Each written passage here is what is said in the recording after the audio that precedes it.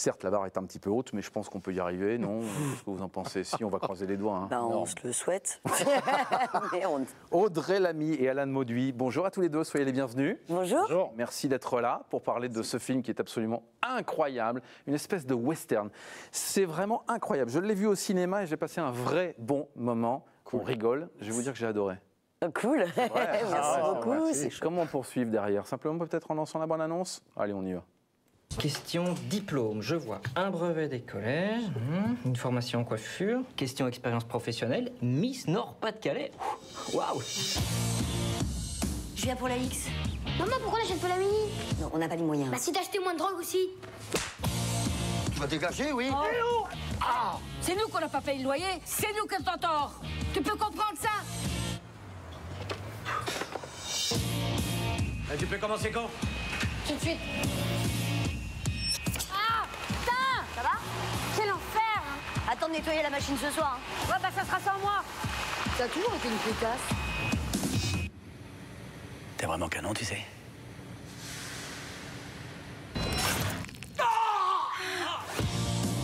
Donnez-moi mon sac. Il y a combien là-dedans?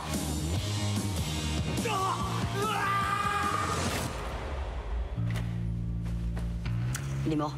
Oh, on a bien vu, merci. Le problème, c'est qu'il faudrait le sortir d'ici. On peut le sortir petit à petit, hein. Bah quoi? C'est notre boulot de faire des boîtes. Jean-Mi ou un macro,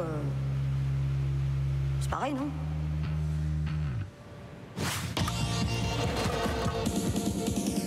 Jean-Mi, il a disparu avec le pognon des Belges. Pourquoi tu leur as pas dit? T'es con ou quoi? Tu veux qu'il fasse des frites avec ma bite? C'est quoi tout ce fric? C'est rien, Dylan, va te recoucher. Faut vraiment te calmer, hein. Dis donc!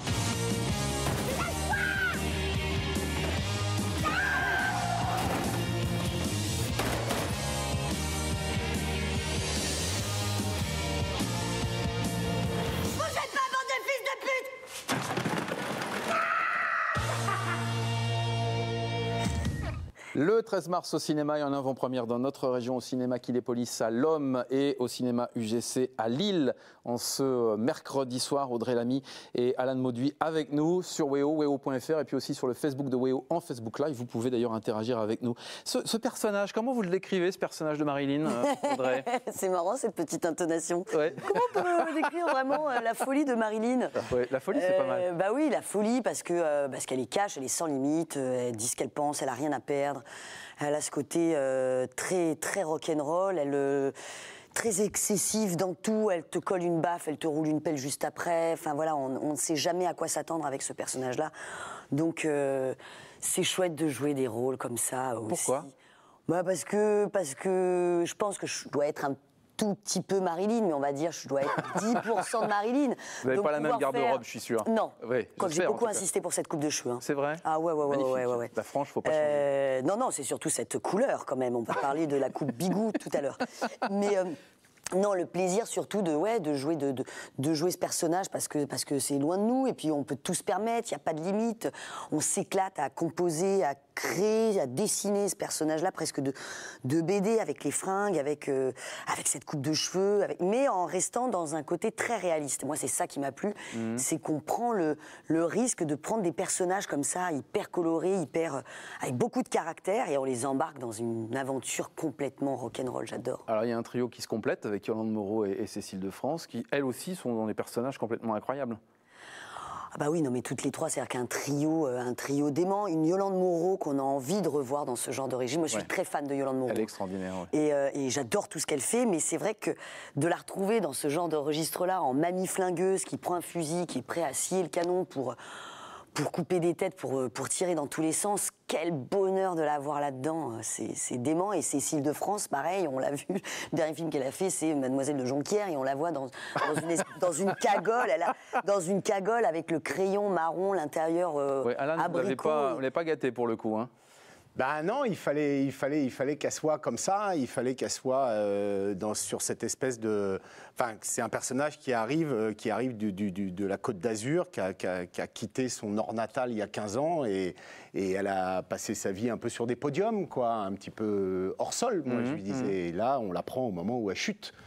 Fini le podium, donc voilà, le manteau est en léopard synthétique, le petit trait de crayon, le chewing-gum tout le temps à la bouche, et puis Et puis, vas-y, quoi. Alors, on nous dit sur Facebook, ça donne envie de le voir. Bon, déjà, c'est plutôt pas mal. Comment ça se passe jusqu'à présent? Parce que vous l'avez déjà présenté dans différents cinémas. L'accueil est plutôt bon?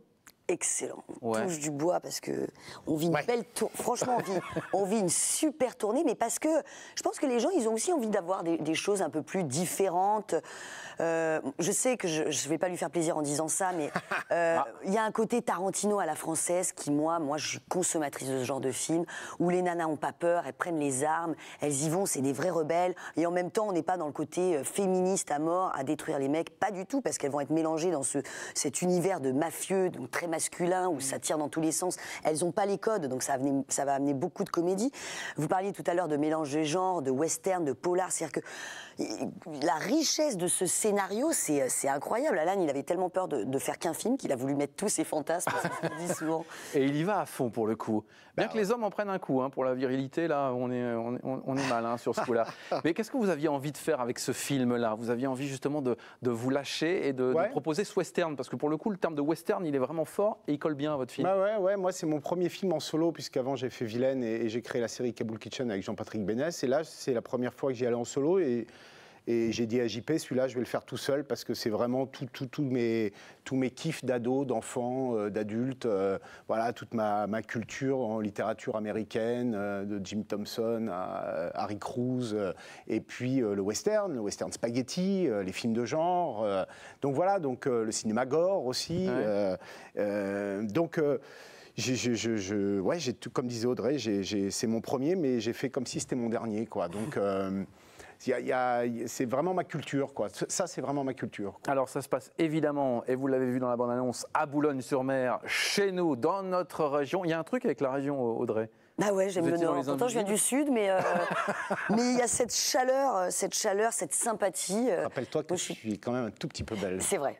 Je viens d'apprendre grâce à cette tournée que mon arrière-grand-mère était belge, donc j'ai un petit peu de sang belge quand même dans les veines. Une info. Oui. Une info. Grâce à Rebelle, j'ai appris ça, donc vous imaginez.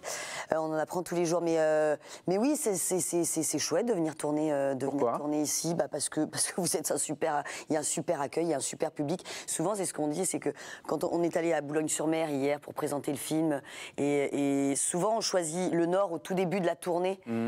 Parce qu'on sait qu'on va avoir une énergie dingue pour continuer la tournée. Nous, on a préféré la choisir après, vers la fin, non, pour démarrer la promo parisienne qui va arriver. Voilà, donc on va prendre votre énergie, votre sympathie pour continuer jusqu'au 13. Pourquoi Boulogne-sur-Mer? Eh bien, parce que c'est le plus grand port de pêche français. Donc, techniquement, je me disais que c'est là que j'aurais le plus de chances de trouver une conserverie.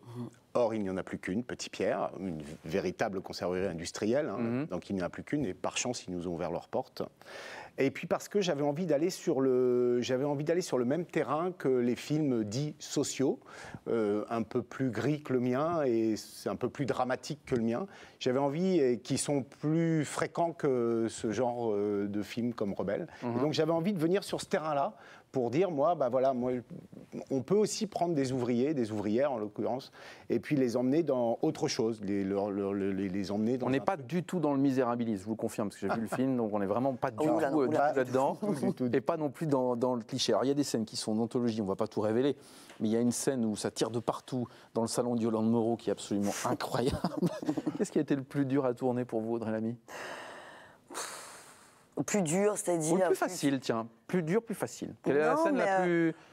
Non, toutes les scènes étaient... on avait tellement de choses à faire. Vous parliez tout à l'heure de la scène de la fusillade, mais moi je la trouve démente, cette séquence-là. Elle est chouette. Il a été en plus super bien entouré, Alan, parce qu'on a eu un chef opérateur qui s'appelle Vincent Mathias, qui a eu un César l'année dernière, donc c'est pas pour rien, sur le film de Dupontel, qui a fait une image sublime. On a la musique, le compositeur, qui est Ludovic Bourse, qui est absolument dément, qui participe aussi à cette séquence de fusillade. Ça tire dans tous les sens et en même temps, tout est maîtrisé, tout est chorégraphié. Enfin, c'est fou, c'est génial à tourner ça. Souvent, c'est les hommes. Souvent, c'est les hommes qui ont le droit d'avoir des flingues, mais nous, les actrices, on a envie de manier des armes. Et vous maniez bien, pour le coup. Donc moi, je sais la scène la plus difficile pour Audrey. C'est la scène de la cascade de voiture. Celle qu'on vient de voir, d'ailleurs. Audrey a fait toutes ses cascades. Et celle-là, je lui dis, non Audrey, tu ne montes pas dans cette BM qui va faire des tonneaux, c'est hors de question. Donc je pense qu'elle était sur le bas-côté et elle a juste prêté son bombeur à un mannequin. Vous avez bien fait de pas la faire. Il y a une autre scène, hein, celle de notre amie, on la lit parce qu'elle est dans la bonne annonce. Vous ne voyez pas tout dans la annonce, mais elle est un petit peu, celle de Jean-Mi qui perd un peu sa villa. Jean-Mi va bien. Il va bien, parce qu'il perd quand même franchement sa virilité pour le coup. Jean-Mi vous salue, il va très très bien et grâce à la magie du cinéma, il est totalement entier. Voilà rassuré. C'est un vrai délire et c'est un vrai bonheur le 13 mars prochain au cinéma. Vous l'avez vu, Audrey Lamy. Alors je vais vous demander votre avis en tant que spectatrice pour le coup. Parler du film. Du film ? Ouais, vous l'avez vu en tant que spectatrice. Ah ouais, Qu'est-ce que vous en pensez? Vous ne voyez pas dans le film, hein, vous regardez. Qu'est-ce que j'en pense? Je trouve ça original. Je trouve que c'est rock'n'roll. Je trouve que c'est beau, que c'est chouette, que je vibre dans mon fauteuil. Voilà, en tant que spectatrice, moi aussi, je suis spectatrice au-delà d'être actrice.